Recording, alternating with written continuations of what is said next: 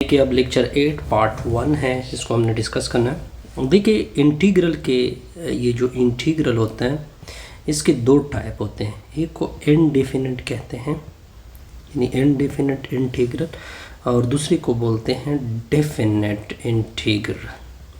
तो इसके ये दो टाइप होते हैं, एक डेफिनेट होता है, एक इनडेफिनिट होता है। अब आते हैं इनडेफिनिट की तरफ। इनडेफिनिट जिसको एंटी डेरिवेटिव भी बोलते हैं। अब अगर आप देखें ये आपका एफ ऑफ एक्स है, आप इसका इनडेफिनिट इंटीग्रल ले रहे हो। इनडेफिनिट इंटीग्रल मतलब एंटी डेरिवेटिव। ओके, तो देखिए किसी भी क्लोज इंटरवल ए बी के ऊपर, तो इसकी इंटीग्रल यानी एंटी डेरिवेटिव आएगी कैपिटल एफ ऑफ एक्स। ये कैपिटल एफ ऑफ एक्स इसकी इंटीग्रल होगी। अगर कैपिटल एफ ऑफ एक्स की डेरिवेटिव लिया जाए वो आपको एफ ऑफ एक्स दिया जाए किसी भी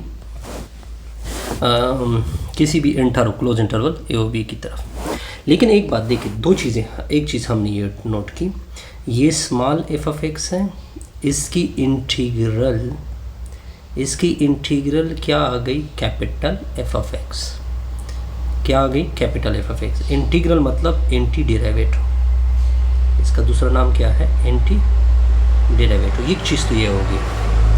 अच्छा, दूसरी चीज़, ये पहले हमने पॉइंट नोट किया डेफिनेशन से। दूसरा पॉइंट ये है कि इस स्मॉल एफ ऑफ एक्स की इंटीग्रल एक कैपिटल एफ ऑफ एक्स नहीं आता बल्कि बहुत सारे आते हैं। यानी स्मॉल एफ ऑफ एक्स की जो अगर आप इंटीग्रल ले रहे हैं वो एक नहीं होता बल्कि इसके साथ सम प्लस कांस्टेंट सी भी लगाते हैं। इंटीग्रल मतलब एंटी डेरिवेटिव।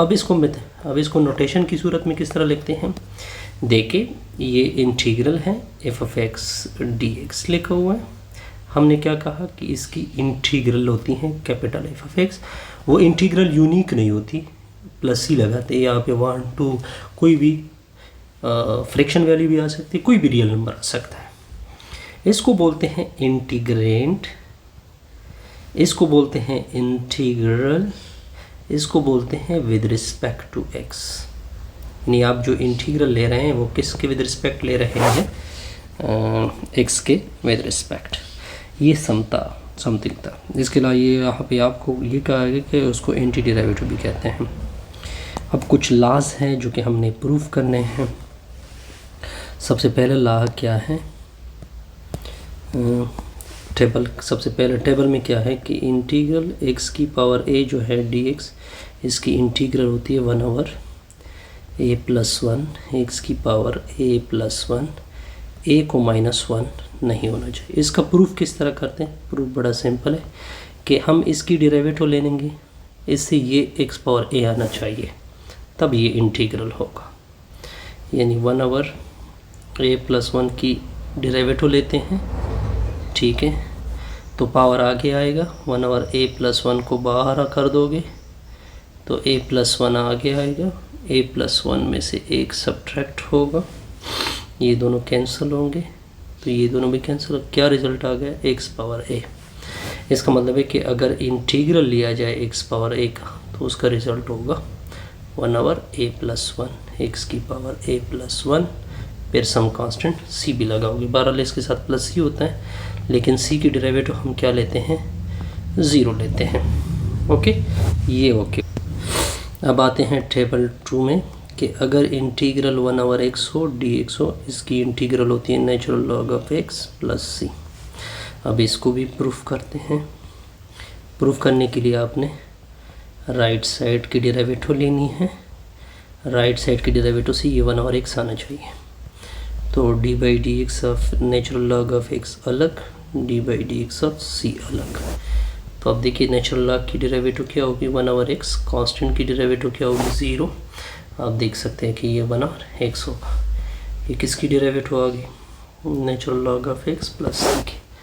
इसका मतलब ये बना कि अगर नेचुरल 1/x की इंटीग्रल लोगे तो वो ये आ जाएगी, तो ये ln x + c।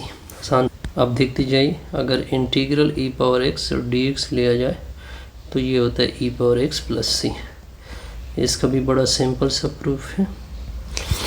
किस तरह करेंगे कि हम राइट साइड की डेरिवेटिव लेंगे, राइट साइड की डेरिवेटिव से e⁻x आना चाहिए। तो d by d x of e power x की अलग derivative, d by d x of c की अलग। ई पावर एक्स की डेरिवेटिव ई पावर एक्स होती है, कांस्टेंट की डेरिवेटिव 0। आप देख सकते हैं ई से ई पावर एक्स आ गया, तो ये डेरिवेटिव आ गई ई पावर एक्स प्लस सी के। मतलब ये बना कि इंटीग्रल ई पावर एक्स के अगर आप इंटीग्रल लोगे तो ये ई पावर एक्स प्लस क्या आएगा, साथ में एक सी भी आएगी। सी इस वजह से आते हैं क्योंकि ये हमने एक और किया। अब आते हैं फोर्थ की तरफ। किसकी तरफ आते हैं? फोर्थ की तरफ, कि अगर इंटीग्रल में a power x d x लिखा हो तो इसकी इंटीग्रल होती है a power x natural log of a plus c. अब इसका भी बड़ा सिंपल सा प्रूफ है कि हम डेरिवेटिव लेते हैं a power x natural log of a plus c के। क्या होगा, हर एक की अलग अलग डेरिवेटिव लेंगे। Okay, d by d x of c की अलग लोग है। अब देखें 1/a natural log of a बार हो जाएगा, d by d x of a power x लोगे, इसकी डेरिवेटिव 0 होगी। ये आप डेरिवेटिव ले रहे हैं a power x plus a power x natural log of a plus c के। तो देखिए इसकी डेरिवेटिव तो हमें पता है कि इसकी डेरिवेटिव क्या होती है, यानी ए पावर एक्स होती है, नेचुरल लॉग ऑफ ए होती हैं। तो ये और ये कैंसिल, आप देख सकते हैं कि ए पावर एक्स आ गया। मतलब ये बना कि अगर इंटीग्रल के अंदर ए पावर एक्स हो, ए की जगह कोई भी वैल्यू आ सकती है, पॉजिटिव नेगेटिव वगैरह। ठीक है, तो क्या इसकी इंटीग्रल होगी a power x natural log of a plus, आसान। अब देखिए कहते हैं कि इसकी इंटीग्रल ये होगी, तो हम किस तरह इसको प्रूफ करेंगे? हम इसको लेंगे x natural log of x minus x, नीचे natural log of a plus c. अब आप क्या करोगे, d by d x of x natural log of x minus x natural log of a plus d by d x of c. इसकी derivative तो 0 हो जाएगी। Natural log of ए को आपने बाहर करना है, चलो जी बाहर हो गया, D by d x of x natural log of x minus x, इसकी डेरिवेटिव लोगे तो 1/, नेचुरल लॉग ऑफ ए, इसकी अलग अलग डेरिवेटिव हो जाएगी, D by d x of natural log of x D by d x of x होगा। अब आपने क्या करना है, इसको सिंप्लीफाइड करना है। 1/, natural log of a, product rule, first function second function, first function को छोड़ दे, d by d x of natural log of x लोगे, फिर दरमियान में प्लस होगा, प्रोडक्ट रूल इस्तेमाल कर रहे हैं। नेचुरल लॉग ऑफ एक्स को छोड़ दोगे, D by d x of x लोगे, इधर से क्या आएगा -1 ये आएगा, बिल्कुल। तो ये 1/, नेचुरल लॉग ऑफ ए, इसकी डेरिवेटिव 1/x आएगी प्लस ये नेचुरल लॉग ऑफ एक्स -1 आएगा, ये कैंसिल, ये -1 + 1 भी कैंसिल, तो नेचुरल लॉग ऑफ एक्स, नीचे क्या है नेचुरल लॉग ऑफ ए, यहाँ तक ओके, बिल्कुल। और ये किसकी इक्वल है, common log of a to the power x. ये किसकी डेरिवेटिव हमने ली, x ln x minus x, नीचे नेचुरल लॉग ऑफ ए। तो मतलब ये बना कि अगर common log of a of x d x पड़ा हो तो इसकी इंटीग्रल क्या होती है, x natural log x minus x natural log of a plus c आती है। आसान सा रिजल्ट था ये भी। अब आते हैं, अगर इंटीग्रल ऑफ साइन एक्स और डी एक्स लिखा जाए तो इसकी इंटीग्रल क्या होती है, minus cos X plus c होती है। इसका भी बड़ा सिंपल सा प्रूफ है कि हम इसकी डेरिवेटिव लेंगे minus cos X plus c की। आप इस तरह करते हैं कि माइनस कॉज एक्स की अलग लेते हैं, d by d x of c की अलग लेते हैं, माइनस बाहर हो जाएगा, d by d x of cos x हो जाएगा, इसकी डेरिवेटिव 0 हो जाएगी। अब देख के दे जाइए, derivative of minus cos X plus C, cos X की डेरिवेटिव माइनस साइन होती है, वो इसके साथ प्लस हो जाएगा, तो ये साइन एक्स आ गया। अगर इंटीग्रल में साइन एक्स है तो उसकी डेरिवेटिव होती है minus cos X plus c. अब आते हैं 8 की तरफ। 8 में क्या है कि अगर integral cos x d x लिखा जाए तो ये होता है साइन एक्स प्लस सी। अब इसका प्रूफ देखें, डी बाई डी एक्स अगर लिखा जाए तो साइन एक्स प्लस सी, तो d by d x of sine x plus d by d x of c होगा। साइन एक्स की डेरिवेटिव क्या होती है, कॉज एक्स, इसकी डेरिवेटिव 0, तो इससे रिजल्ट आ जाएगा कॉज एक्स, तो d by d x of natural log of x plus c. मतलब ये बना कि अगर इंटीग्रल की जगह कॉज एक्स डी एक्स लिखा हो तो इसकी integral sine x plus constant c होती है। अब देखें, अब अगर 9 की तरफ देखें, अगर इंटीग्रल के अंदर टेंजेंट एक्स लिखा हो तो ये होता है natural log of sec x plus c. अब इसका प्रूफ देखें तो हम क्या लेंगे, राइट साइड की डेरिवेटिव लेंगे। अगर राइट साइड की डेरिवेटिव से क्या आ गया, टेंजेंट एक्स आ गया, तो इसकी इंटीग्रल हो जाएगी।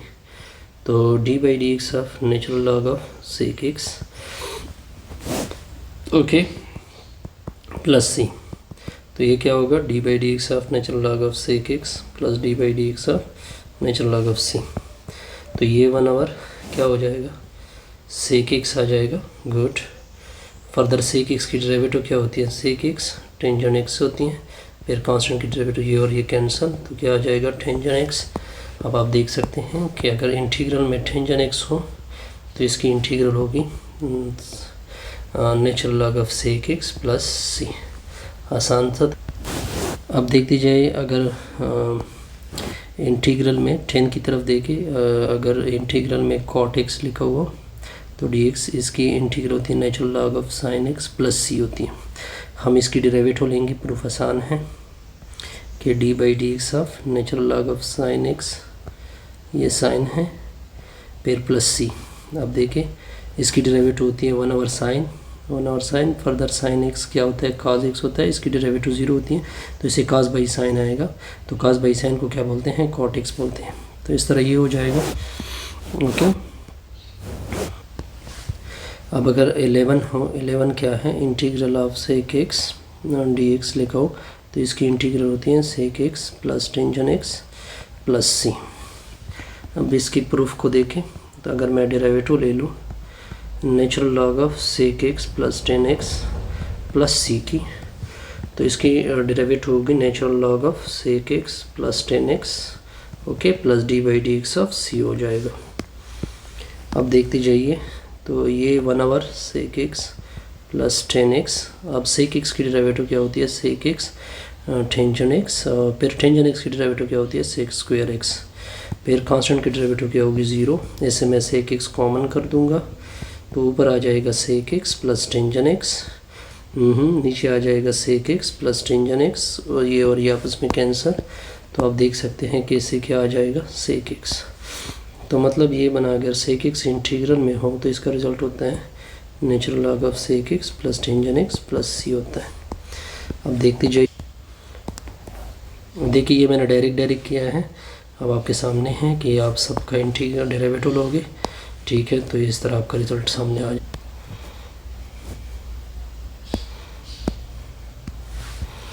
अब देखिए, अगर मैं इसको साफ कर दूं, तो अब देखते जाइए।